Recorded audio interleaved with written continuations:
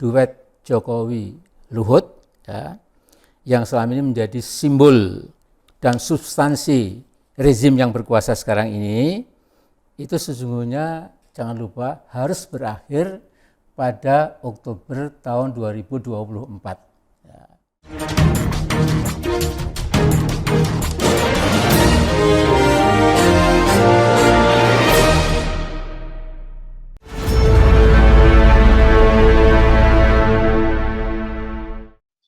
Halo, apa kabar? Ketemu di Senin, awal pekan. Bung Rocky kelihatannya segar setelah menghindari licinnya minyak goreng, tapi kemudian milih berlicin-licin di pendakian ke Rinjani, gitu ya. Bung Rocky lebih menarik berlicin-licin di Rinjani daripada berlicin dengan minyak goreng di Jakarta, ya. Ya, ini saya hangus gosong kulit ini bukan kena minyak goreng ya, karena kena matahari.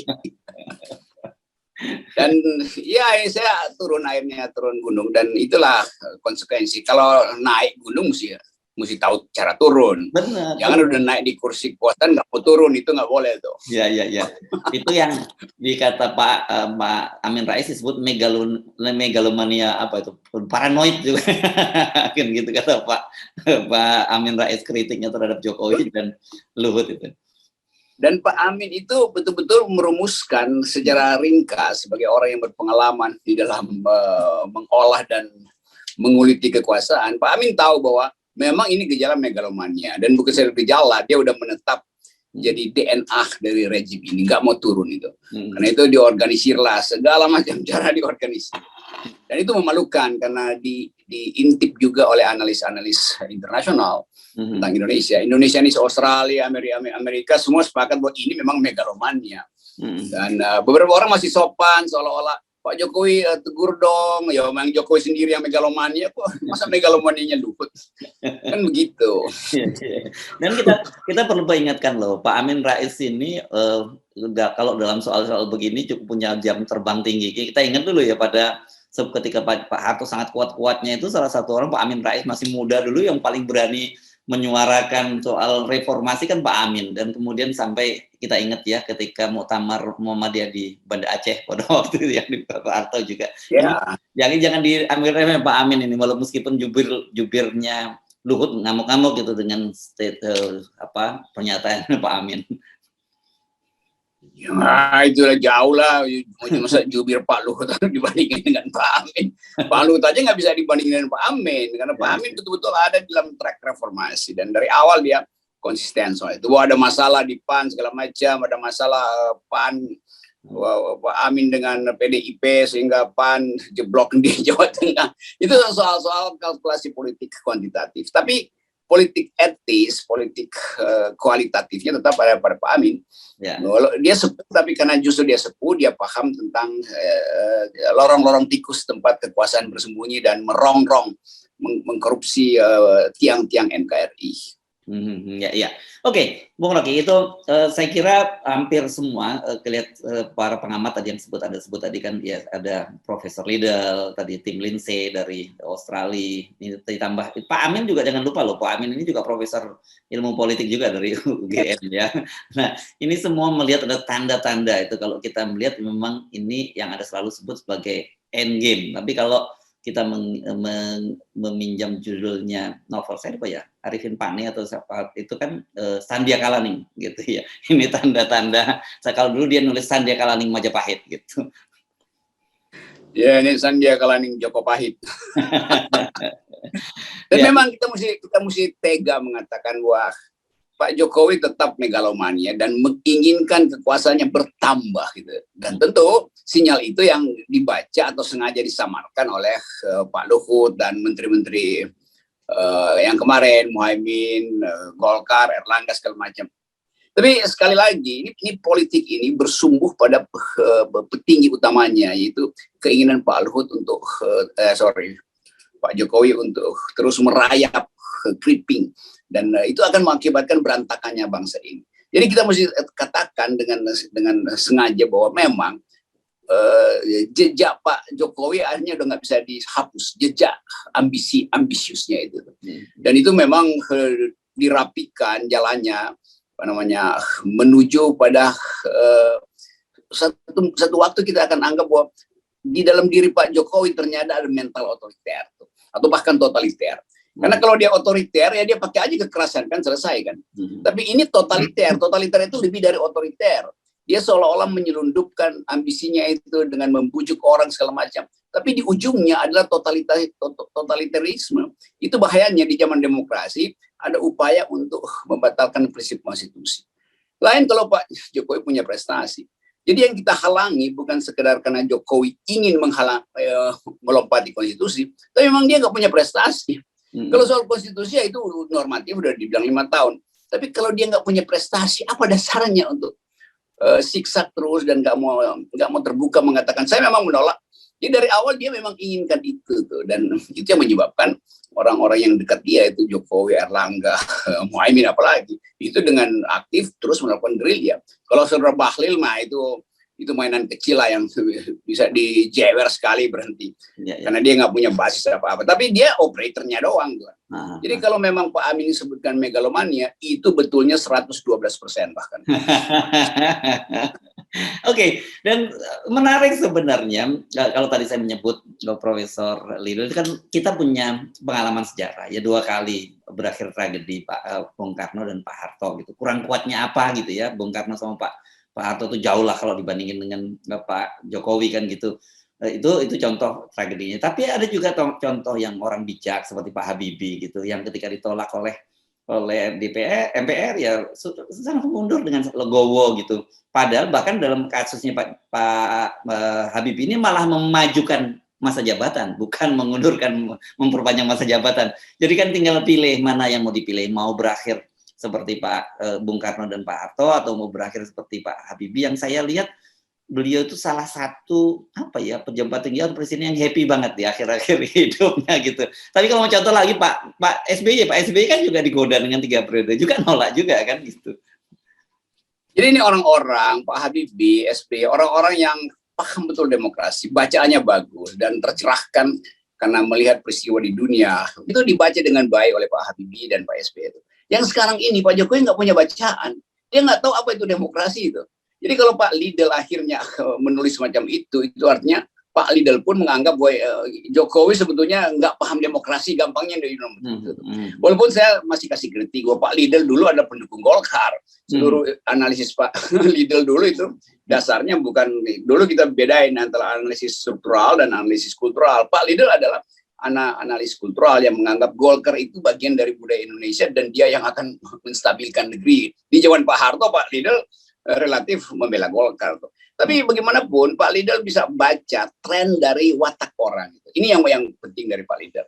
Dan dia melihat ada watak, kalau saya pakai istilah bengis nanti diomelin orang. Jadi kebengisan itu sebetulnya diselundupkan lewat bahasa tubuh yang seolah-olah ya orang sederhana. Pak Jokowi datang dari kalangan sipil, dia sama sekali tidak punya kepentingan apa-apa. Makin lama kita baca bahwa memang semua itu dipalsukan di dalam pencitraan kamera, di dalam setting agenda settingnya pers yang dikuasai oleh oligarki yang pro Jokowi, dalam bahasa tubuhnya bahkan tuh apalagi survei. Jadi baru kita tahu sebetulnya, walaupun kita dari awal udah duga, ketika justru profesor-profesor asing itu yang meneliti watak dari Pak Jokowi. Kalau kita yang ngomong nanti dibully buzzer kan. Nah, sekarang coba aja bully buzzer, bully leader atau Pak Tim itu. Jadi semua ini yang menunjukkan bahwa ini cebong-cebong ini memang dari awal itu disulap untuk sekedar jadi manggut-manggut. Jadi kan cebong paling nggak lompat-lompat lah, ini lompat nggak bisa, manggut-manggut doang. Oke, nah mari kita balik lagi kepada realitas hari-hari ini ya. Tadi ini ada satu video ini ya Bung Rocky ya, ini antri solar ini ya, nelayan di Bali ini mau melengkapi antri solar kemarin para sopir-sopir Trans Sumatera gitu yang mengeluh mereka cuma bisa beli solar 100.000, mana bisa menyeberang ke Sumatera. Sementara kalau nelayan nggak bisa nggak mendapatkan solar, ya nggak bisa mencari nafkah gitu ya. Coba kita tonton sebentar videonya ya.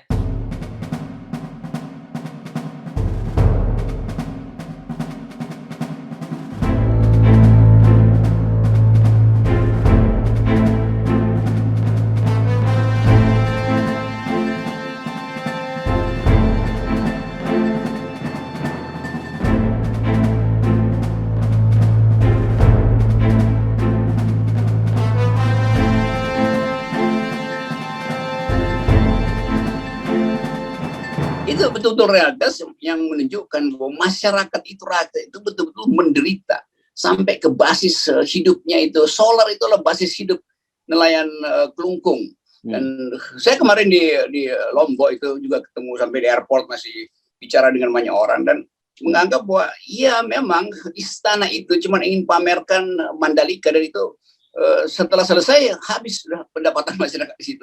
Jadi bagaimana mungkin ada Mandalika itu tempat publik internasional datang, tapi hanya untuk dipamerkan dunia dalam 1 minggu, setelah itu kembali kosong itu Lombok dan airportnya. Mandalika ya sepi aja kan, sehingga pendapatan rakyat di situ, restoran juga habis saja. Jadi nggak ada semacam upaya untuk mengerti bahwa kalau hanya dipamerkan sebagai monumen 1 minggu, seolah-olah itu prestasi Presiden Jokowi, setelah itu ada yang terkapar. Setelah publik internasional, masyarakat Indonesia keluar dari Lombok, karena nggak mungkin ada MotoGP itu setiap hari di situ. Miskin lagi masyarakat di situ. Jadi sekali lagi kita tahu ini solar itu kan strategis betul buat nelayan. Dulu Presiden Jokowi bilang kita bikin mekanisasi nelayan tuh. Jadi dikasih mesin, dikasih subsidi apa. Iya, tapi solarnya sekarang mahal. Jadi nggak ada satu paket berpikir yang utuh. Dan itu yang kita sebut selalu, kegagalan Presiden Jokowi adalah maksa orang untuk kerja.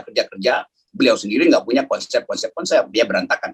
Ya, itu kemarin kan awal pekan ini dimulai dengan saya kira semacam persediaan, karena kemarin pada pekan yang lalu itu kan terjadi beberapa peristiwa yang saya kira ini kalau orang akan mengenangnya sebagai April Mop gitu ya, dari pemerintah lagi yang beri April Mop. 1, PPN 10 dinaikkan 11%, kemudian harga Pertamax naik. Setelah sebelumnya itu kan premium dihapuskan, Bung Rocky ya, premium dihapus diganti Pertalite, karena katanya Pertalite yang subsidi. Tapi ternyata begitu orang datang ke pom bensin, Pertalite-nya juga habis. Jadi orang dipaksa untuk beli Pertamax yang harganya mahal kan gitu. Dan ini kita tahu kalau BBM itu dampaknya terhadap distribusi dan itu kenaikan harga.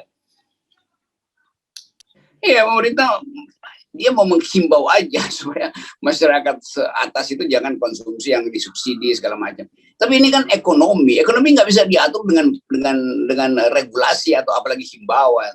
Jadi tetap ini kepanikan pemerintah terbaca dari ya mungkin dalam 1-2 minggu ini itu kemampuan Pertamina buat beli minyak itu udah nggak ada tuh, sehingga nggak bisa diolah lagi minyak yang diimpor tuh. Jadi sekali lagi ini masalahnya. Sekarang kalau Pertamina misalnya minta 2 hari ini hutang pemerintah yang sekian ratus triliun itu dibayar, di pemerintah terpaksa mesti ambil risiko membatalkan IKN kan, dan membatalkan banyak hal sebetulnya. Tapi kan selalu konsepnya ada trade off, ada tukar tambah. Dan pemerintah nggak mau ide-ide besar megalomania itu dihentikan.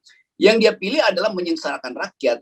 Bukan menyengsarakan, menyengsarakan. Ini saya baru turun gunung, oksigen mulai pulih.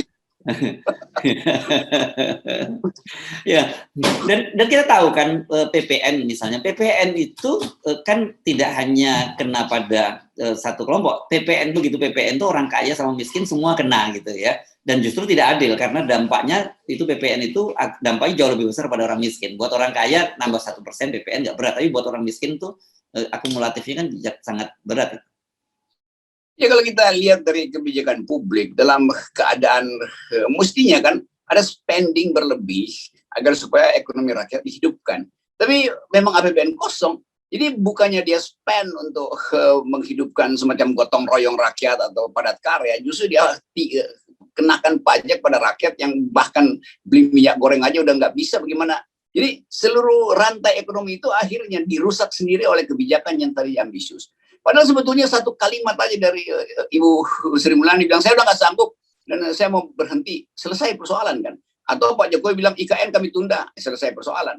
Tapi dua-duanya nggak mungkin dilakukan karena tadi megalomania. Kan tetap bikin kalkulasi nanti ini bisa diselesaikan di MPR, kami sogok MPR, karena itu nanti periode ketiga baru kita benahi kesejahteraan rakyat. Padahal rakyat tahu dari awal bahwa ini presiden ini nggak punya konsep. Kan ini semuanya terjadi karena nggak punya konsep. Ini kayak perang Ukraina. Iya, semua orang juga tahu ini udah 3 bulan ini perang itu. Lalu apa jalan keluar Indonesia? Itu kan nggak bisa. Tuh. Ya itu kita tergantung pada suplai BBM karena iya semua orang juga alami hal itu. tetapi Indonesia memilih untuk bikin mercusuar. Kan negara-negara lain justru menganggap oke kita hemat devisa karena kebutuhan energi. Nah kita enggak kan? Kita tetap anggap bahwa nanti mungkin yang saya kira betul bahwa Pak Jokowi tahu bahwa ada 11.000 triliun di bank di kantong dia yang disimpan di Swiss. Jangan diinget-ingetin dong, nggak gitu. Orang udah mulai lupa loh itu. Karena itu kan katanya itu dikira mitos itu, atau kalau menurut Anda fiksi gitu ya. Iya, itu fiktif itu bukan fiksi. Itu fiktif ya, bukan fiksi ya. Fiksi yang fiktif. Betul, dan fiktifnya itu menghasilkan fiksi seolah Pak Jokowi betul-betul pegang kartu. Kan semua segala macam kartu kan ada di kantong Pak Jokowi waktu itu kan. Kartu sembako, kartu segala macam. Yang dia simpan sendiri lah kartu Pradungu. Enggak, prakerja. Kartu sabar sekarang. Kartu sabar. Kartu sabar. Nah, kehancuran kita mulai dari keadaan ekonomi dan sangat betul bahwa semua orang menganggap ya mungkin 2024 ya ada tokoh-tokoh baru, ada Andika, ada macam-macam itu. Kalau Erick Thohir ya udah nggak usah diharapin gitu kan, karena dia dipilih di bandara aja nggak bisa tuh. Nah, walaupun udah pasang segala macam kampanye di bandara. Ada AHY yang naik terus, mungkin PKS punya calon baru dan ya udah kita berharap begitu. Tetapi ekonomi akan mendikte bahwa itu nggak akan nyampe 2024. Jadi mungkin harusnya ya, sidang MPR atau MPR Bambang Susatyo udah nggak usah mikir-mikir tentang PPHN dan segala macam lah. Mulailah berpikir kalau terjadi crash dalam satu semester ini apa yang akan dilakukan rakyat. Dan kayak juga partai-partai politik harus bersiap untuk cari semacam tokoh publik atau tokoh bangsa untuk nyelamatin aja kan. Karena secara rasional ya pasti crash. Ambisi itu masih naik terus sementara ekonomi nggak bisa topang ambisinya tuh. Ambisi presiden masih naik terus, ekonomi nggak bisa topang. Nah di situ jadi apa namanya uncouple itu, couplingnya nggak saling masuk, lalu jeblok aja mestinya kan. Itu kira-kira. Ya. Jadi memang situasi ini Ramadan kita kali ini saya kira akan penuh dengan keprihatinan. Gitu di satu sisi kita menyambut gembira di Ramadan, tetapi realitas hidup itu semua kehidupan makin sulit, mulai minyak goreng, solar, bahan bakar, dan kebutuhan-kebutuhan lain yang naik sementara pendapatan warga itu semakin turun. Nah, saya kemarin agak terheran-heran kenapa kemudian Bu Sri Mulyani sampai bisa bilang bahwa kita ini PPI-nya terendah di antara negara-negara G20 gitu. Kita cuma 11%, negara di G20 15 sampai 15,5%. Lah, begitu saya lihat per kapitanya itu ya kita memang paling rendah. Jadi akan bahaya kalau banding-bandingin begitu. Itu selalu social base dari taxpayer itu kan adalah pendapatan dia. Jadi kalau dikatakan ya memang nggak mungkin lewatin itu. Karena pertama adalah soal daya bayar, purchasing power dari rakyat. Yang kedua, gagalnya pemerintah itu untuk ngumpulin pajak dari korporasi besar. Kan itu masalahnya kan. Ya kalau 11% memang itu mau narik siapa lagi yang sudah segitu kok. Jumlah orang yang bisa bayar pajak cuma segitu. Tapi perluas basisnya itu bukan sekedar dengan tunjukkan dengan perbandingan luar negeri, tapi juga dengan kemampuan ekonomi rakyat di bawah kan itu intinya kan.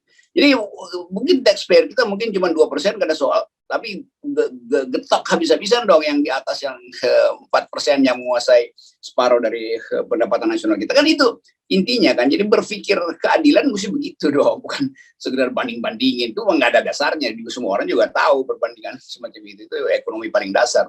Jadi sekali lagi Ibu Sri Mulyani kehilangan empati sosialnya itu intinya. Oke, sekali lagi juga selamat datang kembali dalam realita gitu. Karena kalau Anda pergi-pergi jauh itu Anda merasa bahwa seolah-olah negara sedang baik-baik saja, bahwa negara kita sedang baik-baik saja. Tapi nggak apa-apa, saya kira biasanya kan gitu, kita dengan melihat dari ketinggian itu kita bisa dapat yang disebut sebagai helicopter view tentang berbagai persoalan bangsa ini semakin lebih nyata gitu ya. Ya, kita selalu naik lebih tinggi dari ambisi supaya kita bisa tahu bahwa ujung dari ambisi presiden adalah patahnya tiang-tiang bernegara kita. Itu bahayanya. Dan itu kita ingatkan pada Bambang Susatyo dan tokoh-tokoh politik yang masih bermanuver di bidang itu. Jadi semangat kita adalah menyelesaikan dengan baik negeri ini supaya kita bisa katakan nanti pada satu generasi ke depan bahwa naiklah Gunung Rinjani karena presidennya udah berganti. Oke, jangan lupa tetap salam 0%. No, it's no.